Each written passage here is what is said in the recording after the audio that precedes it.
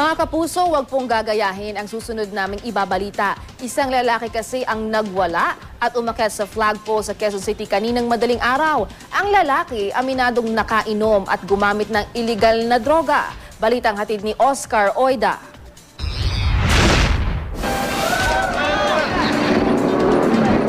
Mo'y nakikipagtagisan sa larong palo sebo ang lalaki ito nang makuna ng aming kamera na nakalambitin sa isang flagpole sa may Buhay Rotonda sa Quezon City magkaalauna ng madaling araw. Ang watawat, tinali na nito sa kanyang katawan. Kaya nang mapigdas,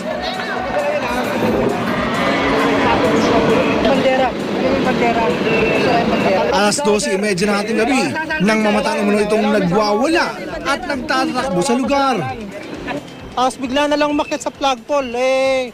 Nung kinakausap namin, meron daw mahabol sa kanya. Ngayon yung bumaba siya, isa-salvage naman daw siya.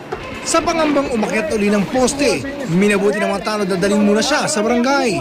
Pero di naging madali ang lahat, lalo pa't nagpupumiglas ito. Sa puntong ito, nagpasya na ang mga tanod na iposas na ang lalaki.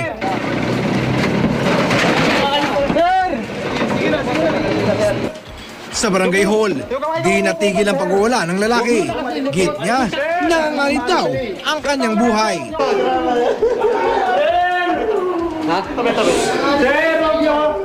Nang may masmasan, siya na mismo ang nagsabi. Nakagamit daw siya ng ipinagbabawal na droga. Sinabayan pa raw niya ito ng alak. Sa problema po, sir.